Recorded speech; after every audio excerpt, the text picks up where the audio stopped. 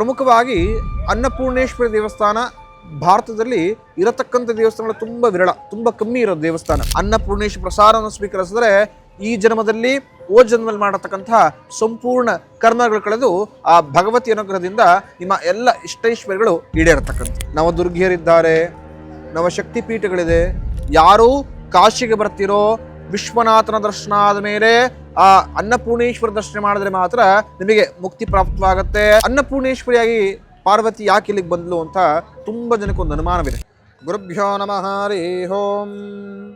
ಅನ್ನಪೂರ್ಣೆ ಸದಾಪೂರ್ಣೆ ಶಂಕರ ಪ್ರಾಣವಲ್ಲಭೆ ಜ್ಞಾನ ವೈರಾಗ್ಯ ಸಿದ್ಧಾರ್ಥಂ ಭಿಕ್ಷಾಂ ದೇಹಿ ಚ ಪಾರ್ವತಿ. ನನ್ನೆಲ್ಲ ಆತ್ಮೀಯ ಪ್ರೇಕ್ಷಕರಿಗೆ ಭಕ್ತಿಪೂರ್ವಕ ನಮಸ್ಕಾರಗಳು.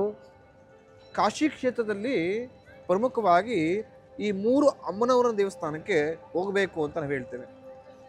ನವದುರ್ಗಿಯರಿದ್ದಾರೆ, ನವಶಕ್ತಿ ಪೀಠಗಳಿದೆ, ಎಲ್ಲವೂ ಕೂಡ ಈ ದೇವಸ್ಥಾನದಲ್ಲಿದೆ. ಆದರೆ ಪ್ರಮುಖ ಈ 3 ದೇವಸ್ಥಾನಗಳನ್ನು ಯಾರು ಕೂಡ ಕಾಶಿಗೆ ಬಂದಾಗ ಮಿಸ್ ಮಾಡ್ಕೊಳ್ಬೇಡಿ.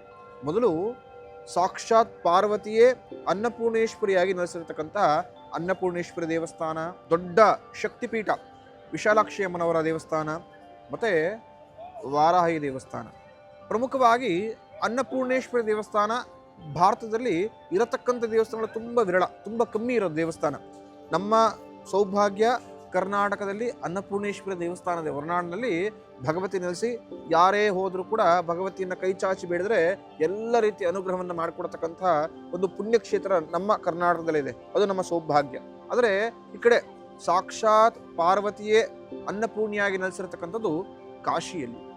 ಅನ್ನಪೂರ್ಣೇಶ್ವರಿಯಾಗಿ ಪಾರ್ವತಿ ಯಾಕೆ ಇಲ್ಲಿಗೆ ಬಂದ್ಲು ಅಂತ ತುಂಬ ಜನಕ್ಕೊಂದು ಅನುಮಾನವಿದೆ. ಹಾಗೂ ಈ ಸ್ಥಳ ಪುರಾಣ ಏನು ಹೇಳುತ್ತೆ, ಇಲ್ಲಿರತಕ್ಕಂತಹ ಜನರು ಯಾವ ರೀತಿ ಆರಾಧನೆ ಮಾಡ್ತಾರೆ ಅಂತ ಪ್ರತಿಯೊಬ್ಬರು ಕೂಡ ಒಂದು ಕುತೂಹಲವಿರುತ್ತೆ. ಒಂದು ದಿನ ಕಾಶಿಯಲ್ಲಿ ಶಿವ ಮತ್ತು ಪಾರ್ವತಿ ಪಗಡೆ ಆಟವನ್ನು ಆಡ್ತಾ ಇರ್ತಾರೆ.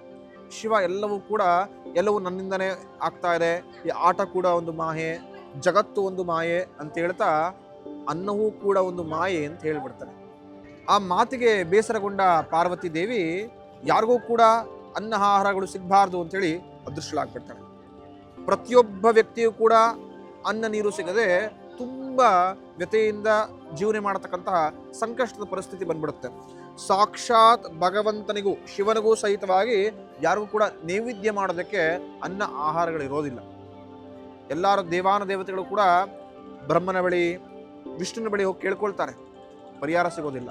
ಸಾಕ್ಷಾತ್ ಶಿವನ ಬಳಿ ಬಂದು ಕೇಳ್ಕೊಳ್ತಾರೆ, ಹಸುವನ್ನ ತಾಳಕ್ಕಾಗ್ತಾ ಇಲ್ಲ, ಜನಗಳಿಗೆ ಅನ್ನ ಆಹಾರ ಸಿಗ್ತಾ ಇಲ್ಲ ಅಂತ ಹೇಳಿದ್ರೆ ನಮಗೆಲ್ಲಿ ನೈವೇದ್ಯವನ್ನ ಮಾಡ್ತಾರೆ, ದಯಮಾಡಿ ಈ ಸಂಕಷ್ಟವನ್ನ ದೂರ ಮಾಡಪ್ಪ ಅಂತೇಳಿ ಶಿವನಲ್ಲಿ ಬೇಡಿಕೊಂಡ್ರು ಕೂಡ ಶಿವ ಕೂಡ ಈ ಸಂಕಷ್ಟವನ್ನು ದೂರ ಮಾಡೋಕ್ಕೆ ಸಾಧ್ಯವೇ ಆಗೋದಿಲ್ಲ. ಎಲ್ಲರಿಗೂ ಕೂಡ ಅರ್ಥವಾಗತ್ತೆ, ಇದು ಪಾರ್ವತಿ ದೇವಿ ಹತ್ರ ಮಾತ್ರ ಈ ಸಮಸ್ಯೆಗೆ ಪರಿಹಾರ ಇರತಕ್ಕಂಥದ್ದು. ಎಲ್ಲ ದೇವಾನ ದೇವತೆಗಳು ಹೋಗಿ ಪಾರ್ವತಿಯಲ್ಲಿ ಪ್ರಾರ್ಥನೆ ಮಾಡ್ಕೊಳ್ತಾರೆ, ಅಮ್ಮನವರೇ ದಯಮಾಡಿ ನೀವು ಯಾವ ಕೋಪಕ್ಕೆ ಒಳಗಾಗಿದ್ದೀರಾ ಆ ಕೋಪ ಶಾಪವನ್ನು ದಯವಿಟ್ಟು ವಿಮೋಚನೆ ಮಾಡಿಕೊಡಿ. ಸಕಲ ಪ್ರಾಣಿ ಸಹಿತವಾಗಿ ಮನುಷ್ಯಾದಿ ಸಹಿತವಾಗಿ ದೇವತೆಗಳು ಕೂಡ ಆಹಾರವಿಲ್ಲದೆ ಜೀವನ ಮಾಡಲು ಸಾಧ್ಯವೇ ಇಲ್ಲ. ಹಾಗಾಗಿ ದಯಮಾಡಿ ಭೂಮಿಯ ಮೇಲೆ ನಿಮ್ಮ ಅನುಗ್ರಹ ಆಗಬೇಕು ಅಂತ ಹೇಳಿದಾಗ ಸಂತುಷ್ಟಲಾದ ಪಾರ್ವತಿ ದೇವಿ ಕಾಶಿ ಕ್ಷೇತ್ರಕ್ಕೆ ಬಂದು ನಿಲ್ಲಿಸ್ತಾಳೆ. ಇಲ್ಲಿ ಒಂದು ಭೋಜನಾಲಯವನ್ನು ತೆಗೆದುಕೊಂಡು ಅನ್ನಪೂರ್ಣಿಯಾಗಿ ನೆಲೆಸತಕ್ಕಂಥದ್ದು. ಈ ಕಾಶಿ ಕ್ಷೇತ್ರದಲ್ಲಿ ಅಂದಿನಿಂದಲೂ ಕೂಡ ಯಾರೇ ಬಂದರೂ ಕೂಡ ಯಾವ ಸಮಯವನ್ನು ನೋಡದೆ ಆ ಅನ್ನಪೂರ್ಣದ ಧರ್ಮಛತ್ರದಲ್ಲಿ ಊಟ ಉಪಚಾರವನ್ನ ಮಾಡ್ತಾ ಬರ್ತಿರ್ತಾರೆ. ಈ ಮಾಹಿತಿ ತಿಳಿದ ಮಹಾಶಿವ ಹಸುವಿನ ಬಾಧೆ ತಾಳಲಾರದೆ ಕಾಶಿ ಕ್ಷೇತ್ರಕ್ಕೆ ಬಂದು ಅನ್ನಪೂರ್ಣೇಶ್ವರಿಯ ಭೋಜನಾಲಯಕ್ಕೆ ಬಂದು ತಾನು ಕೂಡ ಭಿಕ್ಷೆಯನ್ನು ಬೇಡ್ತಾನೆ. ಪಾರ್ವತಿ ಶಿವನನ್ನ ಕ್ಷಮಿಸಿ ಅನ್ನ ನೀರುಗಳನ್ನು ಇಟ್ಟು ಅನುಗ್ರಹ ಮಾಡಿಕೊಡ್ತಾಳೆ. ಅಂದಿನಿಂದ ಪಾರ್ವತಿ ದೇವಿ ಅನ್ನಪೂರ್ಣೇಶ್ವರಿ ಸ್ವರೂಪವಾಗಿ ಬಂದು ಕಾಶಿಯಲ್ಲಿ ನೆಲೆಸಿದ್ದಾಳೆ. ಅಂದಿನಿಂದ ಇಲ್ಲಿಯವರೆಗೂ ಕೂಡ ಯಾರು ಕಾಶಿಗೆ ಬಂದು ಅನ್ನಪೂರ್ಣಿ ಹತ್ರ ಪ್ರಾರ್ಥನೆ ಮಾಡ್ಕೊಳ್ತಾರೋ ಅವರಿಗಿರತಕ್ಕಂಥ ಎಲ್ಲ ದಾರಿದ್ರ್ಯಗಳು ನಿವಾರಣೆ ಆಗುತ್ತೆ. ಪ್ರಮುಖವಾಗಿ ಅವರಿಗಿರತಕ್ಕಂತಹ ಹಣಕಾಸಿನ ಸಮಸ್ಯೆ ಸಹಿತವಾಗಿ ಊಟ ಉಪಚಾರಕ್ಕೆ ಎಷ್ಟೋ ಜನಕ್ಕೆ ಸಮಸ್ಯೆ ಇರುತ್ತೆ.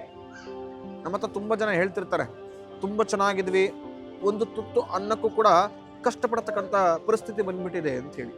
ಆ ಥರ ಸಮಸ್ಯೆಗಳು ಹಾಗೂ ಎಷ್ಟೇ ಕಷ್ಟಪಟ್ಟು ದುಡಿದ್ರೂ ಕೂಡ ಮನೆಗೆ ಬಂದು ನೆಮ್ಮದಿಯಾಗಿ ಒಂದು ಊಟ ಮಾಡೋಕ್ಕಾಗ್ತಾ ಇಲ್ಲ, ಆ ಮನಸ್ಥಿತಿಗಳಿಲ್ಲ ಅಂತ ಯಾವ ವ್ಯಕ್ತಿಗೆ ಅಥವಾ ಯಾರಿಗೆ ಆ ಥರ ಅನ್ನಿಸ್ತಾ ಇರುತ್ತೋ ನಿಮ್ಮ ಮನೆಯ ಹತ್ರ ಇರತಕ್ಕಂತಹ ಅನ್ನಪೂರ್ಣೇಶ್ವರಿ ದೇವಸ್ಥಾನಕ್ಕೆ ಹೋಗಿ ಪ್ರಾರ್ಥನೆ ಮಾಡಿ ಶಕ್ತಿನ ಸರವಾಗಿ 4-6 ಜನಕ್ಕೆ ಅನ್ನದಾಸವನ್ನು ಮಾಡಿಕೊಡಿ.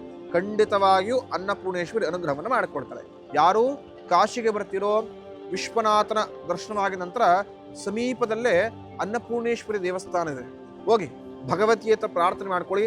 ಅಲ್ಲಿ ನಿಮಗೆ ಅಕ್ಕಿಯನ್ನು ಪ್ರಸಾದವಾಗಿ ಕೊಡಲಾಗುತ್ತೆ. ಪಿತಾ ದೇವೋ ಮಹೇಶ್ವರ ಬಾಂಧವಾಸಿ ಭಕ್ತಾಚ ಸ್ವರೇಶೋ ಗುಣತ್ರಂ ಚಂದ್ರ ಮಧ್ಯೆ ನಿತ್ಯಂ ಪವಿತ್ರ ಪಾಪನಾಶನಂ ಆಪದಾಹರ್ತೆ ನಿತ್ಯಂ ಲಕ್ಷ್ಮೀ ವಸ್ತು ಸರ್ವದಾ ಆರೋಗ್ಯ ಆಯು ಪ್ರಾಪ್ತಸ್ತು ಜೇನ ಬದ್ಧೋಬಲಿ ರಾಜ ದಾನೇಂದ್ರೋ ಮಹಾಬಲ ತೇನ ತ್ವಂ ಪೈಬನ್ನಾಮಿ ರಕ್ಷೇಮಾಚಲ ಮಾಚಲ ಬ್ರಹ್ಮ ಮುರಾರಿ ಸ್ಥಿ ಪ್ರಾಂತಿಕಾರಿ ಭಾನು ಸೆ ಭೂಮಿ ಸ್ತವರೆಚ್ಚ ಗುರು ಶುಕ್ರ ಶನಿ ರಾಹು ಕೇತವ ಸರ್ವೇ ಗ್ರಹ ಬಾಧಾ ಶಾಂತಿ ಗ್ರಹ ಭವಂತು ಚಪಂಡಿ ಅನ್ನಪೂರ್ಣ ಸರ್ವವಿಘ್ನಂ ಸರ್ವಪಾಪಂ ಸರ್ವಕಷ್ಟಂ ಹರೋ ದೇವಿ ನಾರಾಯಣಿ ನಮೋಸ್ತುತೆ ಭವತಿ ಭಿಕ್ಷಾಂ ದೇಹಿ ಮಾತಾ ಅನ್ನಪೂರ್ಣೇಶ್ವರಿ ಆರೋಗ್ಯ ಆಯು ಧೈರ್ಯ ವಿಜಯ ಅಭಯ ವ್ಯಾಪಾರ ಪ್ರಾಪ್ತಿರಸ್ತು. ಅದನ್ನ ತೆಗೆದುಕೊಂಡು ಹೋಗಿ ನಿಮ್ಮ ಮನೆಗೆ ಇರತಕ್ಕಂಥ ಅಕ್ಕಿಗೆ ಮಿಶ್ರಣ ಮಾಡಿಕೊಂಡು ಸಿಹಿಯನ್ನ ಮಾಡಿ ನೀವು ನಿಮ್ಮ ಸಂಪೂರ್ಣ ಕುಟುಂಬದ ಸಹಿತವಾಗಿ ಒಂದು 4 ಜನಕ್ಕೆ ಅಲ್ಲಿ ಬರತಕ್ಕಂಥ ಪ್ರಸಾದವನ್ನು ಹಂಚಿ. ಖಂಡಿತವಾಗಿಯೂ ಅನ್ನಪೂರ್ಣೇಶ್ವರಿ ಅನುಗ್ರಹವನ್ನು ಮಾಡಿಕೊಡ್ತಾರೆ.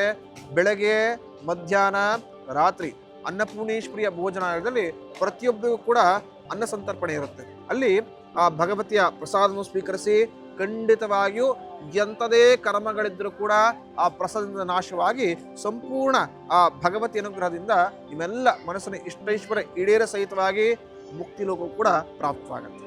ಕಾಶಿಯಲ್ಲಿ ನಿಲ್ಲಿಸಿರ್ತಕ್ಕಂಥ ಅನ್ನಪೂರ್ಣೇಶ್ವರಿ ದೇವಸ್ಥಾನ ನೋಡೋದಕ್ಕೆ 2 ಕಣ್ಣು ಕೂಡ ಸಾಕಾಗೋದಿಲ್ಲ, ಅಷ್ಟು ಸುಂದರವಾಗಿರತಕ್ಕಂಥ ವಿಗ್ರಹ. ಭಗವತಿ ಚಿನ್ನದ ಕೈಯಿನಲ್ಲಿರತಕ್ಕಂತಹ ಒಂದು ಸೌಂಟಿನಲ್ಲಿ ಅನ್ನವನ್ನು ಬಡಿಸ್ತಾ ಇದ್ರೆ, ಮತ್ತೊಂದು ಕಡೆ ಪಾತ್ರೆಯಲ್ಲಿ ಧಾನ್ಯಗಳ ವೃದ್ಧಿಯಾಗಿದೆ. ಪ್ರಮುಖವಾಗಿ ಯಾರು ಇಲ್ಲಿ ಅನ್ನಪೂರ್ಣೇಶ್ವರಿಯ ಪ್ರಸಾದವನ್ನು ಸ್ವೀಕರಿಸ್ತಾರೋ ಅವರಿಗೆ ಒಂದು ನಾಣ್ಯವನ್ನ ಹಾಗೂ ಅಕ್ಕಿಯನ್ನು ಕೊಡಲಾಗತ್ತೆ. ಮನೆಯಲ್ಲಿ ಇಟ್ಕೊಂಡು ಆ ನಾಣ್ಯವನ್ನ ಪೂಜೆ ಮಾಡಿ ಹಾಗೂ ಆ ಅಕ್ಕಿಯನ್ನ ನೀವು ಏನು ಆಹಾರವನ್ನ ಸೇವಿಸ್ತೀರೋ ಅದಕ್ಕೆ ಮಿಶ್ರಣ ಮಾಡಿಕೊಂಡು ಸೇವಿಸತಕ್ಕಂಥದ್ದು ಅಂತ ಉದ್ದೇಶ. ನಿಮ್ಮ ಮನೆಯಲ್ಲಿ ಯಾವುದೇ ರೀತಿಯ ಆಹಾರದ ವಿಚಾರವಾಗಿ ಸಮಸ್ಯೆಗಳು ಬರೋದಿಲ್ಲ, ಆಹಾರದ ಬಾಧೆಗಳು ಬರೋದಿಲ್ಲ. ಅನ್ನಪೂರ್ಣೇಶ್ವರಿ ಸದಾಕಾಲ ನಿಮ್ಮ ಮನೆಯಲ್ಲಿ ನೆಲೆಸಿರತಕ್ಕಂಥದ್ದು ಅಂತ. ತುಂಬ ವಿಶೇಷ. ವರ್ಷಕ್ಕೆ 1 ಬಾರಿ ಪ್ರತಿ ದೀಪಾವಳಿಯಂದು ಭಗವತಿಗೆ ಚಿನ್ನದ ಕವಚವನ್ನ ಧಾರಣೆ ಮಾಡಿಕೊಂಡು ಹಾಗೆಯೇ ದೊಡ್ಡ ಉತ್ಸವವನ್ನ ಮಾಡ್ತಾರೆ. ಅನ್ನಕೂಟ ಅಂತ ಕರೆಯತಕ್ಕಂಥದ್ದು. ಯಾರು ಕಾಶಿಗೆ ಬರ್ತಿರೋ ವಿಶ್ವನಾಥನ ದರ್ಶನ ಆದ ಮೇಲೆ ಆ ಅನ್ನಪೂರ್ಣೇಶ್ವರ ದರ್ಶನ ಮಾಡಿದ್ರೆ ಮಾತ್ರ ನಿಮಗೆ ಮುಕ್ತಿ ಪ್ರಾಪ್ತವಾಗುತ್ತೆ. ಅನ್ನಪೂರ್ಣೇಶ್ವರ ಪ್ರಸಾದವನ್ನು ಸ್ವೀಕರಿಸಿದ್ರೆ ಈ ಜನ್ಮದಲ್ಲಿ ಜನ್ಮದಲ್ಲಿ ಮಾಡತಕ್ಕಂತಹ ಸಂಪೂರ್ಣ ಕರ್ಮಗಳು ಕಳೆದು ಆ ಭಗವತಿ ಅನುಗ್ರಹದಿಂದ ನಿಮ್ಮ ಎಲ್ಲ ಇಷ್ಟೈಶ್ವರ್ಯಗಳು ಈಡೇರತಕ್ಕಂಥದ್ದು. ಪ್ರತಿಯೊಬ್ಬರ ಮೇಲೂ ಕೂಡ ಅನ್ನಪೂರ್ಣೇಶ್ವರ ಅನುಗ್ರಹವಿದ್ದು ಆ ಭಗವತಿ ಸದಾಕಾಲ ಅನ್ನಕ್ಕೆ ಆಹಾರಕ್ಕೆ ನಿಮಗೆಲ್ಲ ರೀತಿಯ ಶಕ್ತಿಯನ್ನು ಕೊಟ್ಟು ಹಾಗೆಯೇ ನಿಮಗೂ ಕೂಡ ಒಂದು 5-6 ಜನಕ್ಕೆ ಅನ್ನದಾಸವನ್ನು ಮಾಡತಕ್ಕಂಥ ಶಕ್ತಿಯನ್ನು ಕರುಣಿಸಿಕೊಳ್ಳಿ ಎಂದು ಪ್ರಾರ್ಥಿಸುತ್ತೇನೆ. ಶುಭಮಸ್ತು.